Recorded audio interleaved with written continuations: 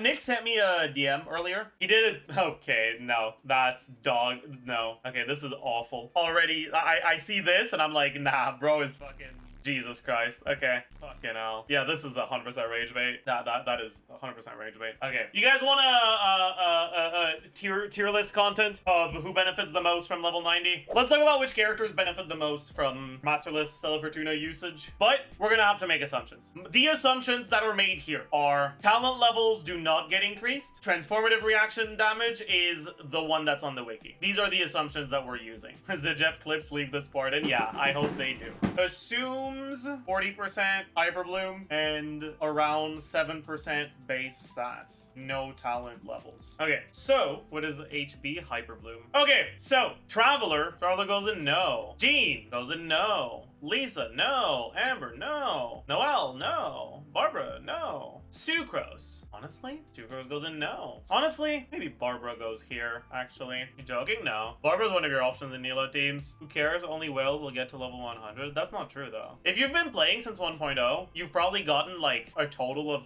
15-ish standard characters on average. Maybe a bit more. You got dog shit RNG, and you just got an equal amount of all of them. Your highest con would be, like, C2. It's basically impossible that that's exactly what happens. So you probably have one at C3. Then if last anniversary you selected one, that's C4. If this anniversary is selected, that's C5. If you also use the new system to select it, that's C6. So like, even with the worst possible RNG, a player who started in 1.0 can basically be at the point where they could use it. That's not a convoluted set of occurrences at all. What? Are you saying that it's convoluted to assume that a player started playing a long time ago and used their wishes when they got them to obtain characters? Like, that's pretty much it for the requirements for that to happen. Like, I'm actually curious. Someone who's played... Can you find me an account that's played since 1.0, logged in for like at least 80% of the days, and where their highest standard constellation is C3? They don't have any of them at C4. Because I don't think that exists, actually. Maybe C3, but C2 definitely not. And honestly, if that's you, it means you got insane fucking RNG on 50-50s. And you've never... You just haven't lost any fucking 50-50s. Like, oh shit, man. I'm so sorry to hear that.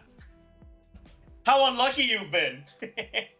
Played since 1.1, my highest is C5 Chi-Chi. Well, next patch you get 2 selectors. You can select Chi-Chi twice and get your first Masterless Star Glitter already, or Masterless Stella Fortuna already. My point isn't like it's something that every player will be able to use. My point is the perception of this system as something that is only available to whales is not accurate. It is mainly available to whales, but free-to-play players can have access to it too. So I think it still matters to talk about which characters benefit from it a lot and which ones don't. I think this is great for the game, free-to-play or not, something to work towards. I don't know, honestly. I don't think it's great for the game if the increase is 40%. Even if it's 20%, I think it's too much. It should be less than that. But at 10%, I think it would be good for the game. Just because at 20%, the gap is big enough that it'll feel bad not to have. Anyways, Fischl probably goes in okay buff, good target. Does she? Yeah. Aggravate damage double dips because it looks at defense and it also gets increased by level multiplier. But the talent damage does not double dip and it scales less well than the aggravate damage does. They explain why Sucrose is in the no category because teams that actually on-field Sucrose nowadays just aren't, they're not good enough anymore. Sucrose has a Hyperbloom team. I mean, sure, and in Sucrose Hyperbloom, then yeah, sure. But like, teams that Fischl buff, or Fischl buff is good, are also bad. Yes and no. The problem is that the reason why the teams that Fischl buffs aren't that good is because we don't actually have any dedicated supports for Quicken. I think that'll change eventually, 100%. And unless they compete for Fischl's slot, Fischl will still be using those teams. But it's possible that they're not. So maybe I should add another thing, like okay buff, meh target, okay buff, okay target. Anyways, Mona, no. Kaya, no. Deluke, no. Razor, no. As much as I'm a Thundering Furry enjoyer, no. Bennett goes in small buff, good target. Maybe that should be a buff, actually. With these assumptions, the buff to Bennett is so fucking small, but it gets added onto the buff to your carry. So it's not irrelevant, right? And Bennett is broken and you'll use him forever. Ningong, no. Beidou, no. Kuting, no. Xiangling, honestly, I think it goes in okay buff, okay target. Overload buffs really helped EM Xiangling, and it's actually not bad now. Xiangling shouldn't be on the same tier as Fischl. The thing is, the Fischl teams gain more from the levels, but honestly, like Xiangling, like EM Xiangling in Overload teams generally just has a higher ceiling than the Quicken Fischl teams. Do we know if they get Ascension stats? They do not, as far as we're aware, at least. Anyways, Chongyan, no. Tingzhou is actually an interesting one because it's because of Nilo. Like unironically, and that's gonna be the same. the same for a lot of the Hydro characters. Nilo's existence makes it so a lot of Hydro characters become better targets than they should be. I think it's okay buff, good target. Or maybe not. Because the buff is pretty big, but the target isn't that big. It's like good buff, okay target. Like it's kind of like here, but it's not as good of a target as Barbara if you're using both, but you're more likely to use Singto. So I don't fucking know, man. I don't know, man. Yeah, maybe we can just add a Nilo tier. No, because there are characters that are actually massive buff good targets in Nilo teams. Chi-Chi, no. Venti, no. Klee, no. Child, no. Diona, no. Zhongli, no. Xinyan, no. Albedo, no. Ganyu, no. Xiao, no. Hu Tao, no. Rosaria, no. Yanfei, no. Ellen, no. Kazuha, no. Ayaka, no. Yoimiya, no. Sayu, no. Raiden, massive buff good target. My god. Crit Raiden, Klugi. Sarah, I mean, Sarah's just too bad. Sorry. Kokomi actually makes it here, I think. Okay, unironically though, maybe it doesn't. Because now that I think about it, right? A lot of the ways that you buff bloom damage, they don't increase the self damage. But level increase does increase the self damage. So you are also increasing your self damage by 40% from doing level 100. So maybe you just fucking die. It also increases her healing. Yeah, by like 3%. Oh, really, man? You invest into her healing a bit more. I mean, sure, but at some point, you're already full healing and you can't heal anymore. But yeah, there's also the fact that Kokomi is in danger in the teams. Like, I don't know if she's staying there for a long time or not. So maybe I just put her here then. I think so. All right. Aloy, no. Toma. I mean, Toma could make it here if Virgin teams were real, but they're not. So he doesn't. Ito, no. Goro, no. Shenhun, no. Yunjin, no. Yai, no. Ayato in Nilo teams. Sure, whatever. Kuki, yo. Yelan. Okay buff, okay target, I think. You don't really want to use Yelan in Nilo teams. He works, but it's not ideal. Heizo, no. Tilnari, no. Kole, no. Dori, no. Sino, no. Candace, my goat. Nilo, Nahida. Nahida's actually no, by the way. Maybe we'll split this tier in two for characters that are not worth using Masterless Stella on, but actually do gain something from them, and characters that don't gain anything. Lila, no. Wanderer, no. Farazan, no. Alhaitham, okay buff, okay target, sure. Yao Yao, no. Daya, no. Mika, no. Baiju,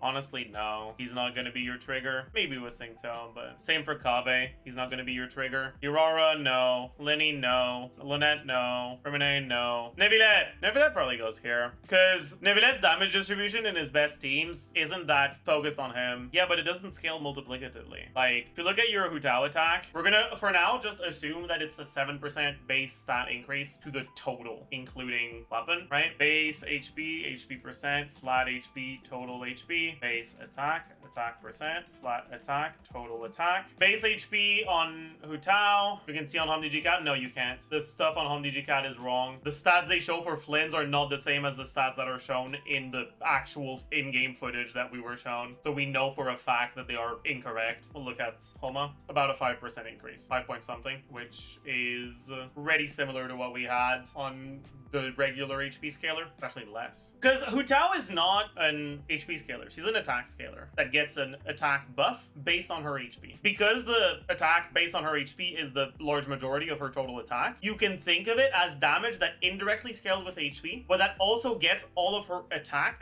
as additional flat stats. In other words, there's just more different sources of flat stats that dilute the impact of increases to base stats. And so increases to Hu Tao's base stats are actually worse than increases to Nevilette's base stats. Anyways, let's keep going. Risley, no. Arena, small buff, good target. Actually, I lied. Arena, no. Charlotte, no. Navia, no. Heureuse, no. Ganyan, no. Gaming, no. Chiori, no. Arlecchino. Arlecchino goes in okay buff, good target, I think. Behind, small buff, good target. Sijuin, no. Sethos, no. Emily, no. Molani, okay buff, good target. Kachina, no. Kanich, okay buff, no. Small buff, good target. Yeah. Ilonin, no. Chaska, small buff, good target. Oron, no. Malika, small buff, or okay buff, good target. Sitlali, no. Onyan, no. Yumaglorblorb, no. Verissa, okay buff, good target. Eonson, no. Escoffier, no. Aoife, no. Skirk, okay buff, good target. Dahlia, no. Inefa, probably goes in small, okay buff, okay target, I think. Llama actually goes in no. You don't give a fuck about Llama's level. I know, no. And Flynn's, okay buff, good target. Playing the okay buff, good target. This is characters that get just the traditional DPS upgrade, but they fulfill the following two conditions. One, they represent the large majority of their team's DPS, and two, they're not dogshit characters. The reason why these four characters do not make it into that same category is because they do not represent the large majority of their team DPS. The reason why Candace doesn't even make it here is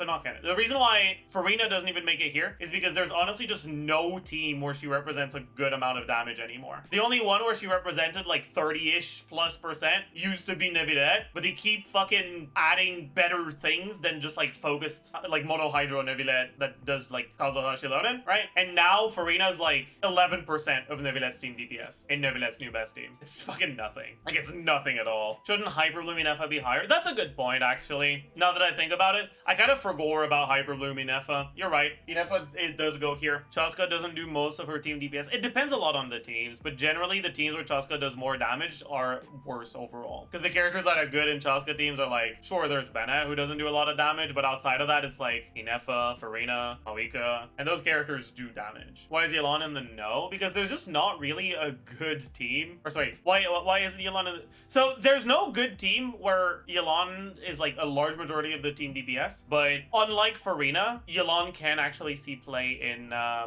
in Hyperbloom, or not Hyperbloom, in Nilo Bloom. But maybe she shouldn't be here, honestly. Sure, I don't mind bringing her down. Why is Bennett in the small buff category when the base attack buff is minuscule? Because it's not minuscule. I put Hytham in no because it's significantly better to get the Hyperloom trigger to 100. Sure, I suppose that's a good point. If you unlock the ability to do level 100, Quicken All Hytham just dies. I guess that's true. But also no, like there's people that just don't want to play Hyperbloom, and I don't think characters that can be played in Hyperbloom teams should be marked lower, because when you do play them in Hyperbloom teams, the Electro one is a better target. How would All Hytham die? Because Hyperbloom All Hytham gains a lot more from your Electro carry, or your Electro trigger being level 100 than Quicken All Hytham gains from any of the characters being level 100. If the two teams are starting at the same level, the Hyperbloom one gains so much more. But yeah, we can split the remaining one in two. Okay buff, bad target, right? So like Sucrose, Razor, and Plunge Duluth, Katang, Lee. I mean, people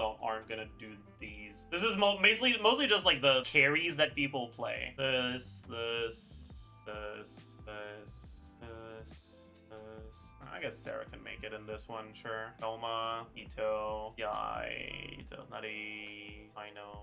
Nahida. No. Nahida's still Nahida's just way too bad to 90. Lenny, Grizzly, Farina, Navia, Oming. Like, these characters are characters where, like, there will be situations where, to improve the team you're using them on, they're the best target to level, but those teams are generally not worth improving. Thethos, Oron, I might as well put this. I'm not gonna put the animal ones, though, because I'm pretty sure they're not it. Loma doesn't gain shit, actually.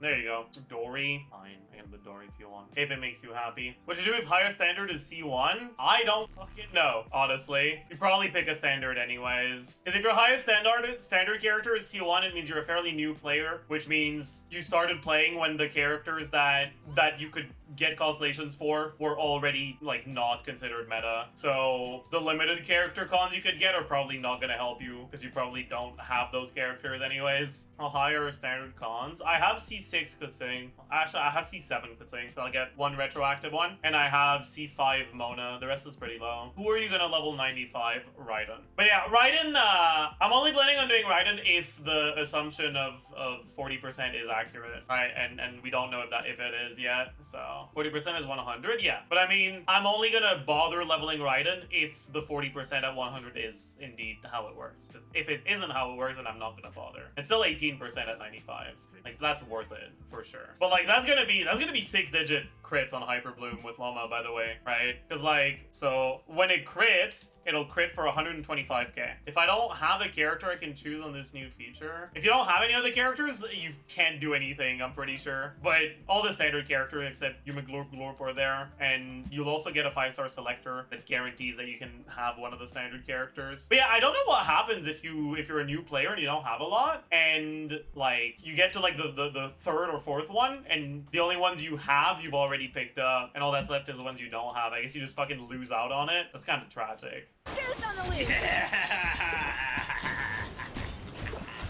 Goose on the loose! Goose on the loose!